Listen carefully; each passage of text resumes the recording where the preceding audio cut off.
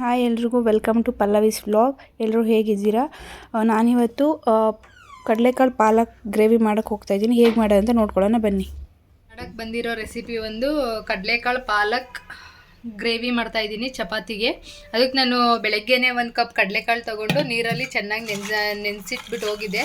ನೋಡಿ ಚೆನ್ನಾಗಿ ನೆಂದಿದೆ, ಇವಾಗ ಎಲ್ಲ ಚೆನ್ನಾಗಿ ನೆಂದಿದೆ. ಇವಾಗ ಇದನ್ನು ಒಂದು ಕುಕ್ಕರ್ಗೆ ಹಾಕ್ಕೊಂಡು ಒಂದು 3 ವಿಸಲ್ ಕೂಗಿಸ್ಕೊಳ್ಳೋಣ. ಇವಾಗ ಕುಕ್ಕರ್ ಇಟ್ಕೊಂಡಿದ್ದೀನಿ ನಾನು. ಇವಾಗ ಇದು ಕಡಲೆಕಾಳನ್ನ ಹಾಕೋತಿದ್ದೀನಿ ನಾನು. ಇವಾಗ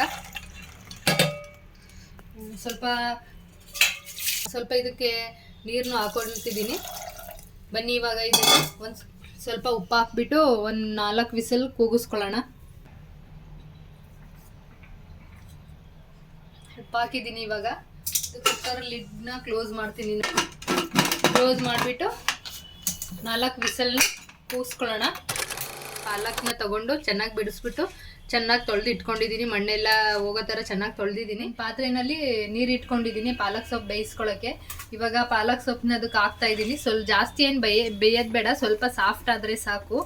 ಅದು ಬೆಂದ ತಕ್ಷಣ ಅದನ್ನ ನೀರಿಂದ ತೆಕ್ಕೊಳ್ಳೋಣ. ಒಂದು 5 ನಿಮಿಷ ಬೇಯಲಿ, ಸಾಫ್ಟ್ ಆಗಲಿ ಸಾಕು. ಇದು ನೋಡಿ ಏರ್ ಔಟ್ ಆಗಿದೆ, ತೆಗಿತಿದ್ದೀನಿ. ನೋಡಿ ಕಡಲೆಕಾಳು ಚೆನ್ನಾಗಿ ಬೆಂದಿದೆ. ಕಡಲೆಕಾಳು ಚೆನ್ನಾಗಿ.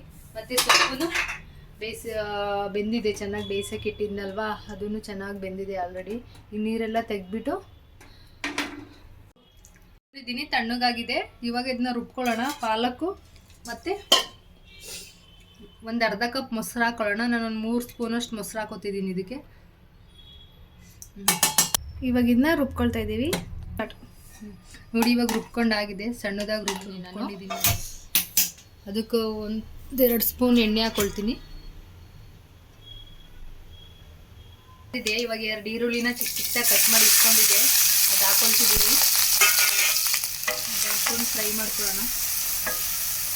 ಸ್ವಲ್ಪ ಸಾಫ್ಟ್ ಆಗೋ ತನಕ ಫ್ರೈ ಮಾಡ್ಕೊಳ್ಳೋಣ ಚೆನ್ನಾಗಿ ಎಣ್ಣೆಯಲ್ಲಿ.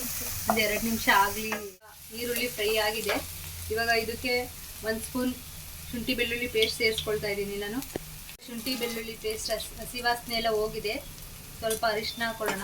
ಅರಿಶಿನ ಹಾಕೊಂಡು ಇದು ಮಾಡ್ಕೊಳ್ಳೋಣ. ವಾಸನೆ ಹೋಗಿದೆ. ಇವಾಗ 2 ಟೊಮೊಟೊ ಕಟ್ ಮಾಡ್ಕೊಂಡಿದೆ ಚಿಕ್ಕದಾಗ, ಅದನ್ನು ಹಾಕೊಳ್ಳೋಣ.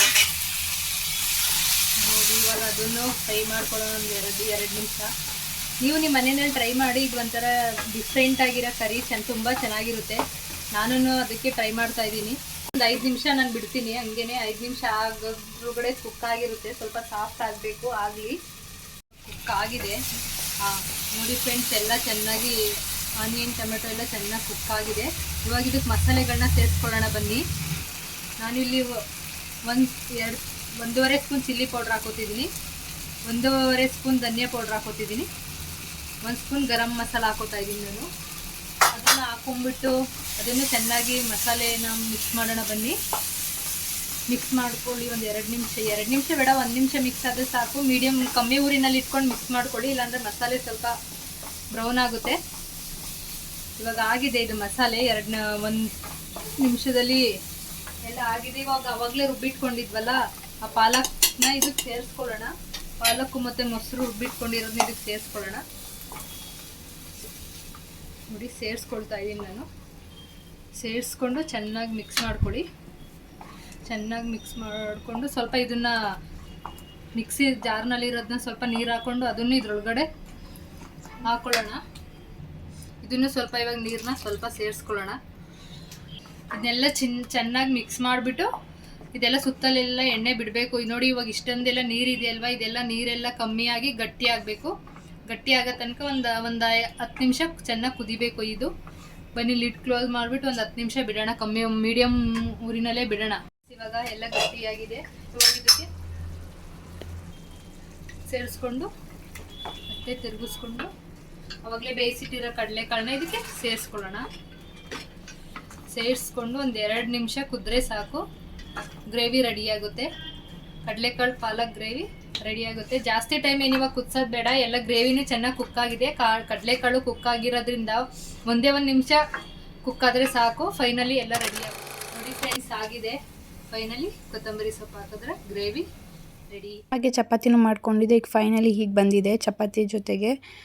ಈ ವಿಡಿಯೋ ನಿಮ್ಗೆ ಇಷ್ಟ ಆಗಿದ್ದರೆ ಲೈಕ್, ಶೇರ್, ಕಮೆಂಟ್ ಹಾಗೂ ಸಬ್ಸ್ಕ್ರೈಬ್ ಮಾಡಿ. ವಿಡಿಯೋ ಒಂದಿಗೆ ಸಿಗ್ತೀನಿ.